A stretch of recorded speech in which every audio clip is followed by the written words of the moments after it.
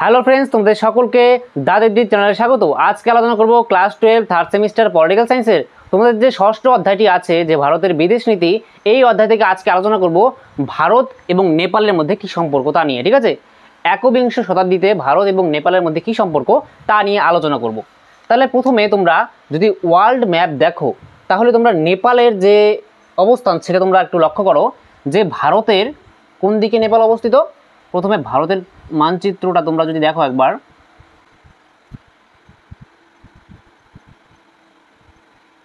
মনে করো এটা ভারতের ম্যাপ, ঠিক আছে, বোঝার জন্য।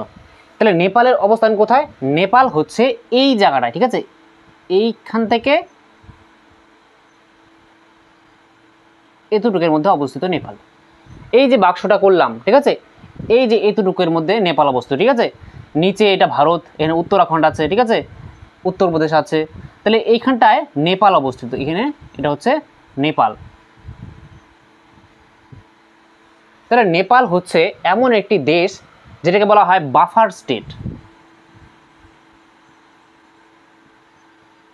বাফার স্টেট যেটাকে বলা হয় আর কি বাফার রাষ্ট্র, ঠিক আছে, বাফার স্টেট বা বাফার রাষ্ট্র।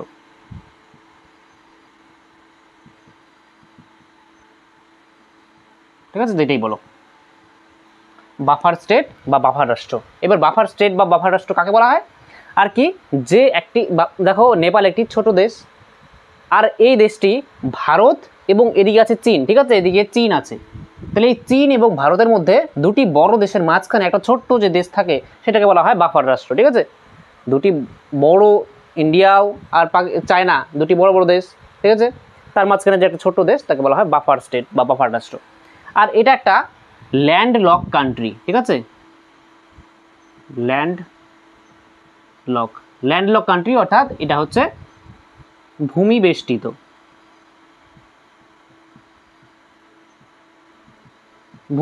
একটা দেশ, ঠিক আছে। তার মনে রাখবে, নেপাল হচ্ছে একটা বাফার স্টেট, অর্থাৎ দুটি বড় দেশের মাঝখানে একটা ছোট্ট দেশ। আর ল্যান্ড লক কান্ট্রি, অর্থাৎ চারিদিকে কিন্তু স্থলভাগ দিয়ে ঘেরা, এর কোনো বাউন্ডারিতে কিন্তু কোনো সমুদ্র নেই। যেমন ভারতের এদিকে ভারত মহাসাগর আছে, ঠিক আছে, এদিকে বঙ্গোপসাগর, এদিকে আরব সাগর আছে, কিন্তু এখানের মধ্যে নেপালের চারিদিকে কোনো সমুদ্র নেই, ঠিক আছে। এর জন্য নেপাল হচ্ছে একটা ল্যান্ড লক কান্ট্রি, অর্থাৎ ভূমি বেষ্টিত একটা দেশ। তাহলে দেখো, নেপালের সঙ্গে ভারতের সম্পর্ক কি তা আলোচনা করার আগে নেপালের সম্পর্কে একটু জেনে নিই। এখন নেপালের রাজধানীর নাম কি? তোমরা জানো যে নেপালের রাজধানীর নাম হচ্ছে কাঠমান্ডু। রাজধানী,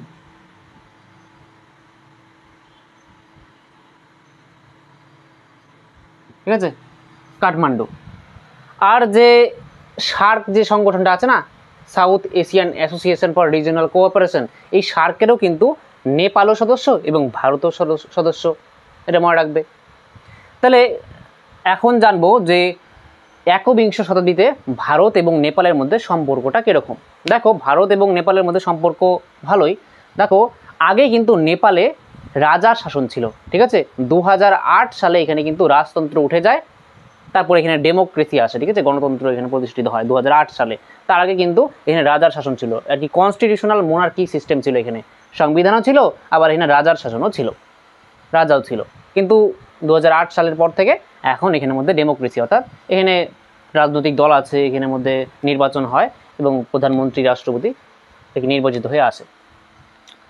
তাহলে সেই সময় থেকেই, ভারত যখন স্বাধীন হয় তখন থেকেই কিন্তু ভারতের সঙ্গে নেপালের সম্পর্ক ভালো। তাহলে প্রথম 1950 সালে একটা চুক্তি স্বাক্ষরিত হয়, শান্তি ও বন্ধুত্বের চুক্তি, ঠিক আছে, শান্তি ও বন্ধুত্বের চুক্তি। এটা স্বাক্ষরিত হয় কত সালে? 1950, মনে রাখবে। তাহলে ভারত এবং নেপালের মধ্যে যে 1950 সালে এই শান্তি ও বন্ধুত্বের চুক্তি কিন্তু স্বাক্ষরিত হয়, এটা মনে রাখবে। পরীক্ষায় আসতে পারে যে শান্তি ও বন্ধুত্বের চুক্তি ভারত এবং নেপালের মধ্যে কত সালে চুক্তিটা সম্পাদন করা হয়? 1950 সালে। এছাড়াও একবিংশ শতাব্দীতে 2000 সালের পর থেকে ভারত এবং নেপালের সম্পর্ক ধরতে গেলে ভালো। এখানের মধ্যে কিন্তু কোনো, ভারত এবং নেপালের মধ্যে কোনো কিন্তু কাঁটাতারের বেড়া নেই, ঠিক আছে, উন্মুক্ত সীমান্ত এখানের মধ্যে। ভারত থেকে নেপালে যেতে পারে, নেপাল থেকে ভারতে আসতে পারে, ঠিক আছে। নেপালের অনেক শিক্ষার্থী ভারতে পড়াশোনা করে, নেপালের যে এখানের মধ্যে যে গোর্খারা আছে তারা কিন্তু ভারতের যে সেনাবাহিনীতে ভর্তি হয়, ঠিক আছে। তাহলে এরকম ভারতের সঙ্গে নেপালের সম্পর্ক কিন্তু দেখতে গেলে ভালো। রাজনৈতিক সম্পর্কে বলো, যে ভারতের যে প্রধানমন্ত্রী 2014 সালে নরেন্দ্র মোদী যখন প্রধানমন্ত্রী হয় তখন কিন্তু নরেন্দ্র মোদীও কিন্তু এই নেপালে কিন্তু ভিজিট করেছিল 2014 সালে। আর 2014 থেকে 2024 পর্যন্ত টোটাল 5 বার ভারতের প্রধানমন্ত্রী চলে গেছে নেপালে। আর নেপাল থেকেও নেপালের প্রধানমন্ত্রী প্রায় 10 বারের মতো ভারতে এসেছিল, ঠিক আছে। তাহলে এরকম রাজনৈতিক সম্পর্ক দেখতে গেলে ভালো। কিন্তু বর্তমানে কিন্তু এই নেপাল এবং ভারতের মধ্যে একটা ডিসপিউট দেখা যায়। কোথায়? যে এই জায়গাটায়। আর এই জায়গাটা দেখো তোমরা, এদিকটা ভারত, এখানটা নেপাল, আর এদিকটা চায়না অর্থাৎ চীন। তাহলে এই জায়গাটায় চীন, ভারত আর নেপাল এই তিনটা ট্রাই জংশন, ঠিক আছে। এখানটা একটা জায়গা আছে আর কি কালাপানি, সেখানে কিন্তু কালাপানি ডিসপিউট দেখা যায় ভারত এবং এই নেপালের মধ্যে। তাহলে সেটা নিয়ে এখন বর্তমানে আলোচনা করব। আর তার আগে আরেকটা চুক্তি আলোচনা করি, সেটা হচ্ছে মহাকালী নদী চুক্তি। এটা 1996-এ স্বাক্ষরিত হয়, এটা মনে রাখবে। তাহলে 1996 সালে এই মহাকালী নদী চুক্তি স্বাক্ষরিত হয় ভারত এবং নেপালের মধ্যে, এটা মনে রাখবে। এখন দেখো যে এই যে ভারত এবং নেপালের সম্পর্কের মধ্যে যে একটা সমস্যা দেখা যায় সেটা হচ্ছে এই জায়গাটার মধ্যে, ঠিক আছে, কালাপানি সমস্যা যেটাকে বলা হয়, বা কালাপানি ডিসপিউট। বা আমি তোমাদের ছবিটাকে দেখাচ্ছি। এই জায়গাটার মধ্যে একটা অংশ আছে যেটা অনেকটা দেখতে এরকম, ঠিক আছে।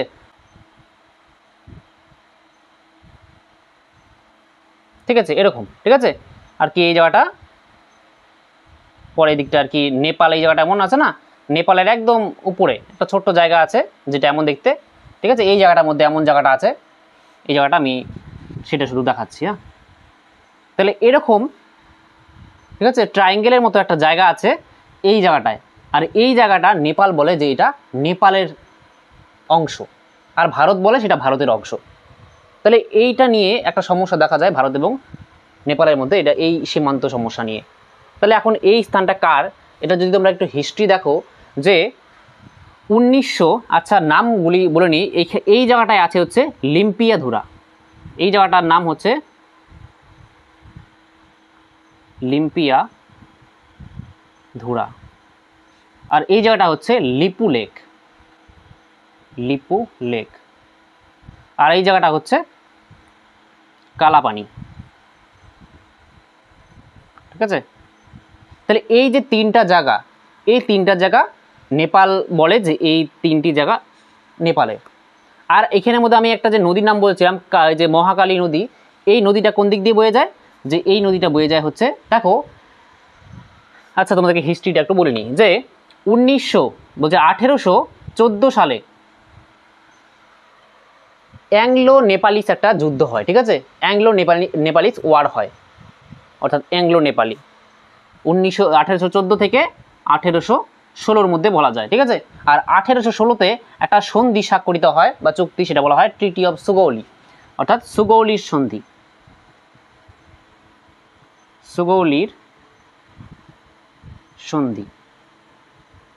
তাহলে সুগৌলির সন্ধি স্বাক্ষরিত হয় কত সালে? 1816 সালে, মনে রাখবে। আর তখনই এই অ্যাংলো নেপালি যে ওয়ার, অ্যাংলো নেপালি যে যুদ্ধ, সেটা শেষ হয়ে যায়। আর সেই সময় 1814 থেকে 16 সালের তখনকার ঘটনা, অর্থাৎ যখন ব্রিটিশরা ভারতে শাসন করত, তখনকার কথা এটা। তাহলে তখন এই জায়গাটা ব্রিটিশ ইন্ডিয়া ছিল, ব্রিটিশদের কন্ট্রোলে ছিল। আর তখন এই নেপালে কিন্তু রাজার শাসন ছিল, এই জায়গাটার মধ্যে নেপালের রাজার শাসন ছিল। এই যে এই জায়গাটার মধ্যে সিকিম আছে, ঠিক আছে, উপরে সিকিম আছে, এই জায়গাটা সম্পূর্ণ কার ছিল? এই নেপালের রাজার ছিল। তারপরে দার্জিলিং নামে যে জেলাটা আছে বর্তমানে পশ্চিমবঙ্গে, সেটাও কিন্তু এই আগে নেপালের যে রাজা ছিল তার আন্ডারে পড়তো। যখন এই 1814 থেকে 1816-র মধ্যে এই যে অ্যাংলো নেপালিস ওয়ার হয়ে যায়, তারপরে যুদ্ধের মধ্যে কে জিতে? আর কি ব্রিটিশই জিতে যায়। আর তার ফলে একটা সুগৌলির সন্ধি স্বাক্ষরিত হয়, আর যার দ্বারা কি নির্ধারণ করা হয়?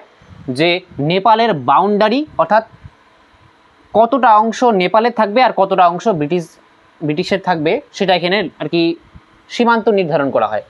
আর এই সীমান্ত নির্ধারণে এখানে ট্রিটিতে বলা হয়, সোগোলি সন্ধিতে, যে এই দিকে নেপালের যে বাউন্ডারি সেটা কী হিসেবে ধরা হবে, যে নেপালের এই পাশটা পশ্চিম দিক, ঠিক আছে, একটা ম্যাপের সবসময় উপরের দিকটা নর্থ অর্থাৎ উত্তর দিক, নিচটা সাউথ, ডান পাশটা ইস্ট অর্থাৎ পূর্ব দিক, আর বা পাশটা হচ্ছে পশ্চিম দিক অর্থাৎ ওয়েস্ট। তাহলে এই যে নেপাল, এই নেপালের পশ্চিম দিক যে বাউন্ডারি সেটা হচ্ছে কালী নদী অর্থাৎ মহাকালী নদীর অনুযায়ী এই নেপালের বাউন্ডারি ধরা হবে। আর পূর্ব দিকে নেপালের যেই পূর্ব বাউন্ডারি সেটা হচ্ছে মেচি নদী, ঠিক আছে, মেচি নদী পূর্ব বাউন্ডারি নির্ধারণ করবে, আর মহাকালী নদী এই নেপালের পশ্চিম সীমানা নির্ধারণ করবে। তাহলে দুটি নদী নেপালের দুই দিকের সীমান্ত নির্ধারণ করলো। তাহলে ভারত এখন ব্রিটিশরা চলে গেছে, ভারত স্বাধীন হয়ে গেছে। তাহলে বর্তমানে কি হয়েছে, যে এই জায়গার মধ্যে এই যে আমি যে দেখালাম ছবিটা, মহাকালী নদী হচ্ছে এদিক থেকে এদিকে যাচ্ছে, এই যে এই জায়গাটা হচ্ছে মহাকালী নদী, ঠিক আছে, এদিক দিয়ে এমন দেখা যাচ্ছে। তারপরে মহাকালী নদীটা আছে না, একটা শাখা তো এদিক দিয়ে গেছে, এদিকে দুইটা ভাগে ভাগ হয়ে গেছে, ঠিক আছে। তাহলে যেহেতু সোগোলি সন্ধিতে বলা হয়েছে যে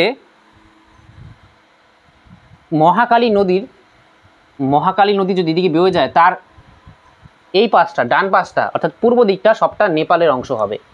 তাহলে ভারত বলে যে এইটা হচ্ছে মহাকালী নদী, আর তার জন্য অর্থাৎ এইটা হচ্ছে মহাকালী নদী এখানের মধ্যে আছে, আর এই পাশটা হচ্ছে নেপালের, আর এই যে জায়গাটা, এই যে অংশটা, এই অংশটা ভারতের। মহাকালী নদী যদি এদিক দিয়ে যায়, তার মানে এদিকটা নেপালের, কিন্তু নেপাল বলে না, এইটা না, এদিক দিয়েও কিন্তু মহাকালী নদী যায়, ঠিক আছে, দুই দিকে ভাগ হয়ে যায়। তাহলে নেপাল বলে না, এইটা হচ্ছে মহাকালী নদীর প্রধান উৎস, এই লিম্পিয়া ধুরা থেকে এদুরু পর্যন্ত। তাহলে নেপাল বলে যে এইটা যেহেতু মহাকালী নদী, এটা এর জন্য এই সবটাও নেপালের আন্ডারে পড়ে, ঠিক আছে। নেপাল বলে যে এইটা ধরা হবে মহাকালী নদী, আর ভারত বলে যে না, এইটা ধরা হবে মহাকালী নদী। ভারতের মতে যদি এটা মহাকালী নদী হয়, তাহলে নেপালের বাউন্ডারি এখান থেকে শুরু হবে ওদিক থেকে, আর এটা ভারতের অংশ থেকে যায়, উত্তরাখণ্ডের একটা অংশ, বর্তমানে এখানে উত্তরাখণ্ড রাজ্য আছে, তাহলে উত্তরাখণ্ডের এই একটা এর মধ্যে জেলার মধ্যে পড়ে যায়। আর নেপালের মতে এইটা হচ্ছে মহাকালী নদী ধরা হবে, আর যার দ্বারা এতটুকু অংশ নেপালের হয়ে যাবে, ঠিক আছে, এটাই সীমান্ত। তাহলে নেপাল ধরে এইটা সীমান্ত, আর ইন্ডিয়া বলে যে এটা সীমান্ত, ঠিক আছে। 2020 সালে নেপাল একটা নতুন ম্যাপ পাবলিশ করে দেয়, ঠিক আছে, যে এই জায়গাটাকে আর কি নেপালের অংশ দেখিয়ে দেয়। কিন্তু তার আগে এতদিন হয়ে গেল এই জায়গাটা কিন্তু ভারতেরই আছে, আর যে নেপালের সঙ্গে যে ভারতের যে বাউন্ডারি আছে, এখানের মধ্যে কিন্তু এসএসবি সশস্ত্র সীমা বল কিন্তু এখানের মধ্যে আর কি পাহারা দেয়, এসএসবি এখানটায় গার্ড দেয়। চীনের সঙ্গে যতটুকু বাউন্ডারি সেটা হচ্ছে আইটিবিপি গার্ড দেয়। ভারত বাংলাদেশের মধ্যে বিএসএফ, ভারত আর বাংলাদেশের সঙ্গে, ঠিক আছে, ভারতের সঙ্গে বাংলাদেশের বর্ডার আর ভারতের সঙ্গে পাকিস্তানের বর্ডার যে আছে, এই দুটি জায়গার মধ্যে বিএসএফ পাহারা দেয়, ঠিক আছে, বর্ডার সিকিউরিটি ফোর্স। আর যে চায়না আছে, চীনের সঙ্গে যে বাউন্ডারি আছে, ঠিক আছে, চীনের সঙ্গে বাউন্ডারিতে আইটিবিপি থাকে, আইটিবিপি জওয়ান, আর যে এখানের মধ্যে এসএসবি থাকে, ঠিক আছে। নেপাল ভুটানের সঙ্গে যে বাউন্ডারি ভারতের আছে সেখানের মধ্যে এসএসবি থাকে। তাহলে কোন জায়গায় কোন কার ডিউটি পড়ে একটু বলে দিলাম। তাহলে এই যে আছে সোগোলি সন্ধিতে এটাই ধরা হয় যে, তাহলে ডিসপিউটটা এই জায়গাতেই বলে দিলাম, ঠিক আছে। তাহলে এই নিয়ে ভারত এবং নেপালের মধ্যে সম্পর্ক খারাপ এখনও আছে, ঠিক আছে, এই ডিসপিউট কিন্তু এখনও সমাধান হয়নি, এর সমস্যা সমাধান হয়নি। এখন বর্তমানে যে নেপালের লিডার আছে কেপি শর্মা ওলি, প্রধানমন্ত্রী কেপি শর্মা ওলি, তার সঙ্গে কিন্তু ভারতের প্রধানমন্ত্রী সাক্ষাৎ করে অনেক কথাবার্তা বলেছে, কিন্তু এর যে সমাধান সেটা কিন্তু এখনও হয়নি। এছাড়াও আরেকটা সমস্যা আছে, সেটা হচ্ছে একটা জায়গা আছে নেপালের এই জায়গাটার মধ্যে সুস্তা, ঠিক আছে, এই জায়গাটা একটা জায়গা আছে সুস্তা। তাহলে এই সুস্তা জায়গা নিয়েও কিন্তু ভারত এবং নেপালের মধ্যে সম্পর্কটা খারাপ। এই সুস্তা জায়গাটা এখানের মধ্যে একটা গ্রামের মধ্যে পড়ে, তাহলে সুস্তা জায়গাটা এখানের মধ্যে আছে, ঠিক আছে। তাহলে এই জায়গাটা নিয়েও কিন্তু ভারত এবং নেপালের মধ্যে সম্পর্ক খারাপ। তাহলে এই কালাপানি সমস্যা, অর্থাৎ কালাপানি যে ডিসপিউট, তারপরে এই সুস্তা নিয়ে এই জায়গার মধ্যে যে বিবাদ আছে, তাহলে এতটুকু জায়গা বুঝলে। এবার দেখো যে ভারতের সঙ্গে নেপালের যে সম্পর্ক সেটা কোন দিকে যাচ্ছে বা এখন কি অবস্থা। তোমরা যদি দেখো যে এখন কিন্তু নেপালের উপর চীনের প্রভাব কিন্তু দিন দিন বাড়ছে, কিন্তু ভারত সেটা চায় না যে এই নেপালের উপরে চীনের প্রভাব বৃদ্ধি পাক। কারণ ভারতের সঙ্গে চীনের সম্পর্ক বর্তমানে খারাপ বলতে গেলে, যে সীমান্ত সমস্যা অনেক দেখা যায়। তাহলে ফার্স্ট যে সমস্যা, ঠিক আছে, 1 নম্বর সমস্যা তো একটু আগে আলোচনা করলাম যে কালাপানি ডিসপিউট, 2 নম্বর সুস্তা, আর এখন যেটা হচ্ছে চীনের প্রভাব, ঠিক আছে, 3 নম্বর বলা যায় এটা চীনের প্রভাব। চীনের প্রভাবও কিন্তু ভারত এবং নেপালের যে সম্পর্ক সেটাকে প্রভাবিত করে। চীনের যে একটা প্রজেক্ট আছে, BRI project, belt and road initiative যে প্রজেক্ট আছে, ঠিক আছে, এই বেল্ট অ্যান্ড রোড ইনিশিয়েটিভ প্রজেক্টে কিন্তু অংশগ্রহণ করেছে এই নেপাল, আর যেটা ভারত চায় না যে করুক। এই বিআরআই যে প্রজেক্ট, তার দ্বারা কিন্তু নেপাল অনেক তার ইনভেস্টমেন্ট নিচ্ছে। তাহলে এটা ভারতের জন্য কিন্তু ঠিক না, ভারতের একটা শত্রু দেশ। তাহলে এখন তুমি একটা ঘরে থাকো, তোমার ঘরের পিছনের জানলা খুলতেই দেখা যাচ্ছে তোমার শত্রু, তাহলে সেটা তোমার জন্য তো ভালো না। তাহলে ঠিক তেমনই তুমি এখানে বসে আছো, আর তোমার যে সীমান্ত এখানের মধ্যে যদি চীন প্রভাব ফেলে, নেপালের সঙ্গে ভারতের সীমান্ত একদম লেগে আছে, ঠিক আছে, 3 দিকে, নেপালের 3 দিকে কিন্তু ভারতের সীমানা, নেপালের সঙ্গে চীনেরও বাউন্ডারি আছে। তাহলে চীনের যদি প্রভাব নেপালে পড়ে, তাহলে এটা আমাদের ইন্টারনাল সিকিউরিটির জন্য সেটা ভালো হবে না, তাই না? তাহলে তার জন্য ভারতের জন্য এটা ঠিক না, ভারতের আর কি নিরাপত্তার জন্য এটা ঠিক না যে চীনের প্রভাব এই নেপালে বাড়ুক। এর জন্য ভারত সর্বদা নেপালকে কিন্তু সাহায্য করে থাকে, ঠিক আছে। কোভিড-19 সময় অনেক ভ্যাকসিন প্রদান করেছে, ঔষধি প্রদান করেছে, ছাত্রছাত্রীদের শিক্ষার জন্য ভারতে আসে আর কি, ঠিক আছে, বিভিন্ন স্কলারশিপ দেওয়া হয় তাদের। এছাড়াও ভারতের সঙ্গে যে নেপালের ট্রেড চলে, বাণিজ্য চলে, ঠিক আছে, প্রায় বেশিরভাগ বাণিজ্য নেপালের যে 70% মতো বাণিজ্য সেটা ভারত থেকে হয়। আর ভারত নেপাল যদি কোনো কিছু অন্য জায়গায় রপ্তানি করে বা আমদানি করে, তার জন্য কলকাতা যে বন্দর আছে তাকে এই জায়গা দিয়ে, দেখো নেপালের মধ্যে কোনো কিছু যদি আসতে হয় তার মানে ভারতের উপর দিয়ে আসতে হবে, তাই না? তাহলে ভারত তার এক্সেস দিয়েছে যে এখানে কলকাতা বন্দর দিয়ে নেপাল তার বাণিজ্য করতে পারবে। তাহলে ভারত কিন্তু অনেক সুযোগ সুবিধা এই নেপালকে দিয়ে থাকে। 2015 সালে যে নেপালের মধ্যে যে একটা ভয়াবহ ভূমিকম্প হয়, তার জন্য কিন্তু ভারত কিন্তু আর্থিক দিক দিয়ে এই নেপালকে সহায়তা করেছে 67 বিলিয়ন, ঠিক আছে, মিলিয়ন আর কি, 67 মিলিয়ন মার্কিন ডলার দিয়ে কিন্তু এই সাহায্য করেছে, ত্রাণ দিয়ে সাহায্য করেছে। এছাড়াও এক্সট্রা যেহেতু ধ্বংস হয়েছে অনেক ভূমিকম্পের ফলে, তার জন্য আরও পুনর্গঠনের জন্য, ইনফ্রাস্ট্রাকচার ভালো করার জন্য আরও 1 বিলিয়ন মার্কিন ডলার কিন্তু আরও সহায়তা করেছে, নাকি ঋণ দিয়েছে।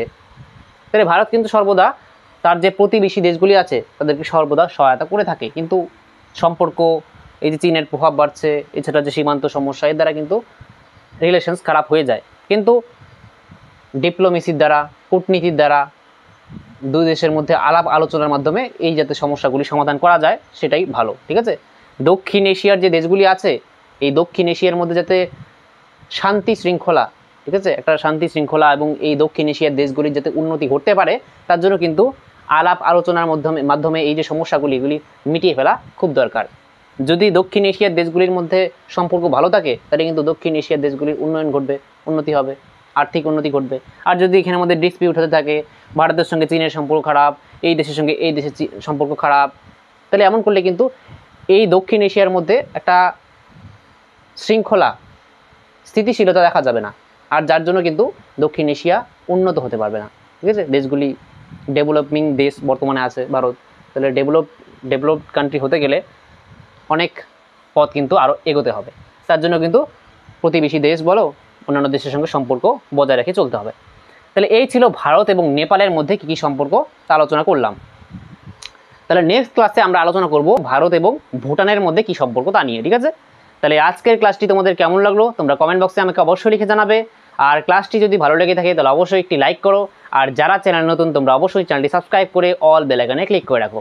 তাহলে দেখা হচ্ছে নেক্সট ক্লাসে, ততক্ষণের জন্য বাই।